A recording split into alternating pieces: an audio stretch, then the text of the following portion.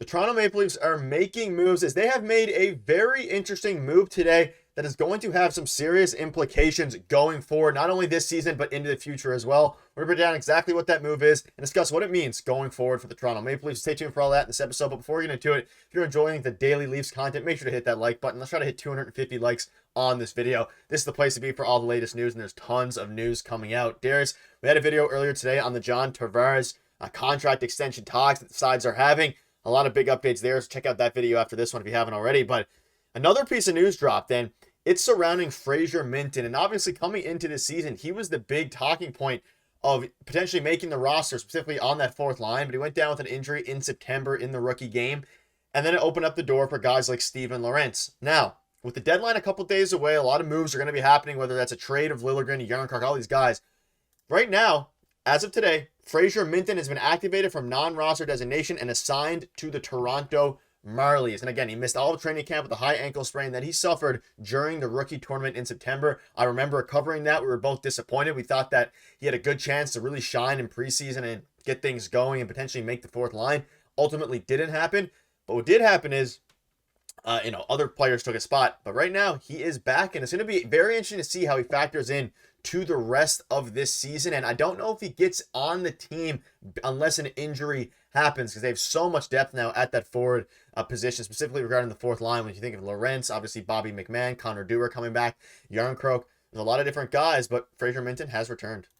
I will agree with you on the fact that I do believe we're going to see Fraser Minten on the Toronto Maple Leafs at some point this season, but barring injuries, I think, right? Like, it's going to have to be an injury that we'll see Fraser Minten be called up for. And a lot of people, I think, were confused. These two players, Easton Cowan and Fraser Minten, are not the same age. Fraser Minten can go pro. This is his first year pro. He doesn't have to go back to the WHL, anymore. So he can just be sent to the Marlies, as you can see here, and play the full year on the Marlies and be called up if need be. So it's going to be very interesting. The Leafs are dealing with a lot of interesting a cap situation right now that they're going to have to figure out before November 1st, which is this Friday, when Hakanpää and Dewar get activated off LTIR. And when that happens, their salary cap essentially is going to come off LTIR, be activated on the roster, and they're going to have to do something. It's probably Timothy Liljegren. We've been talking about it.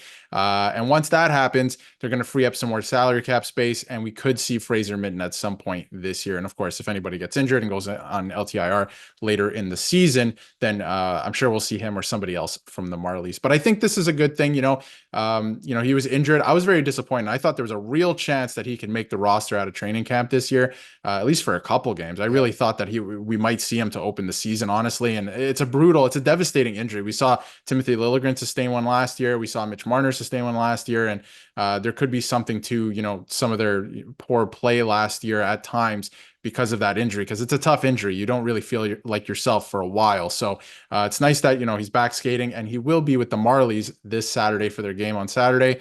So it's a good sign that he's back, but I think, best case scenario right now, just get started with the Marlies, see what you have right now, and if you're feeling good, and get used to the pro game, and we'll see him at some point, right? Yeah, and we think about it last season, at the beginning of it, he made the team after a great preseason, but ultimately he looked overmatched, and we know he went back down to the WHL and had a very solid season down there. I mean, you look at his stats, again, he put up 19 goals, but ultimately, it's going to be interesting to see what he does going forward. But again, you mentioned it, a brutal injury in the rookie tournament. I remember that very clearly. They were dealing with a few injuries there, and, Ben Danford, some guys like that. So it was very interesting. But that being said, it's positive now. He has the time with the Toronto Marlies. He doesn't have to have as much pressure going forward into preseason, into making the team, because quite frankly, the Leafs are pretty, I'm not going to say they're loaded on their fourth line, but they have a lot of players that are probably higher up on the hierarchy chart, according to Brad Treliving, compared to, obviously, Fraser Minten. They play on Saturday in Cleveland. So if you're interested, there's a lot of different storylines now with the Marlies. Now, whether that, unfortunately, is not Easton Cowan in the Marlies, whether that's Dennis Hildeby, whether that's, in this case, Fraser Minten, a lot of different guys that are going to be playing there.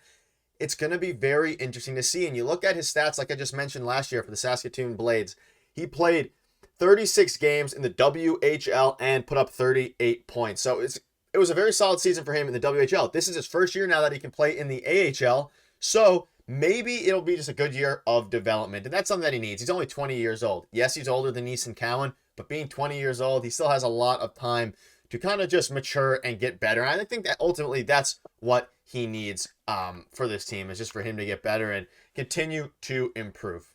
Yeah, and he's added a different side to his game. He wasn't really known as a scorer per se. Like he would still put up points in the WHL, but last year he came back to the WHL and had a goal in mind that he wanted to become more of a goal scorer and put up a lot of points and be a playoff performer. And that's exactly what he did. And he had a really good showing last year. And now turning pro and everything that's happened, including the injury, I think it would be a waste if he was to just come onto the Toronto Maple Leafs roster and kind of sit in the press box some games or maybe get on the fourth line. It doesn't make sense because the fourth line, you're only going to play like 8 minutes. So you're not going to develop the way you should. So I think the best course of action here is exactly what they're doing. He's going to go down to the Marlies, probably play on the first or second line, get some really hard matchups down there as well. And, learn to play pro. It's a different game. The AHL is very difficult still. Yes, it's not the NHL, but it's a huge jump up from junior hockey. So he's going to learn that side of the game as well. And I think he wants to continue to work on the offensive side of his game as well, because when they got him, you're looking at a ceiling as maybe a 3C, maybe a shutdown guy, and he's adding that offense to his game. So I think he wants to continue to do that at the pro level. And the best way to do that is to play with the Toronto Marlies and play a lot of minutes with the Toronto Marlies. So I think this is a good move. But again, I think at some point this season, because injuries happen. It happens, and the Leafs roster is a little bit longer this year, right? I think they have some more length in different positions, but I think at some point they'll probably give him a look. There's a lull in the February and March area of the season, so I'm sure he's going to get a look at some point there. But get him up to speed now, get him on the Marlies, get him playing and feeling good, confident. I think that's the best course of action right now. Yeah, like Nick Barton said here, he was expected to challenge for an NHL roster spot before going down to injury, and now again. Played last season with the Blades after his 4 games with the Leafs, and he looked outmatched. He didn't look quite ready, and that makes sense. He was a 19-year-old at the time. So now heading into this year, AHL, it's going to be interesting to see how he stacks up to now, like you mentioned, professional AHL hockey versus the WHL last year, where he did turn into more of a goal scorer. He had 19 goals in 36 games, so you got to continue to do that. You got to continue to score goals, continue to impress at the AHL level now, because the last thing we want to see is regression for him. You see this here, if the Marlies don't completely change their forward lines with Fraser Minten now available, I expect the lineup to look something like Abruzzese, Shaw, Nylander, Hiravonen, Minten, Steves. Very, very good, by the way, Marlies team. Gurbenkin, Pare, and the rest of the guys there. So obviously the top 6, there is some guys that are knocking on the door of an NHL spot, whether that's Gurbenkin, whether that's Hiravonen. Abruzzese been a guy for a while. Alex Nylander's had a great season as well, especially after his had a very hot start. So it's interesting, though, we're talking about Gurbenkin maybe making the team out of camp. He slid down to the 3rd line on the Marlies. So any final thoughts on this? I think ultimately it's going to be interesting to see how Fraser Minten fits into this group and how he's going to be, I think, a pretty big catalyst to this team going forward, as they're maybe a 4th line center of the future, 3rd line center, wherever he fits in.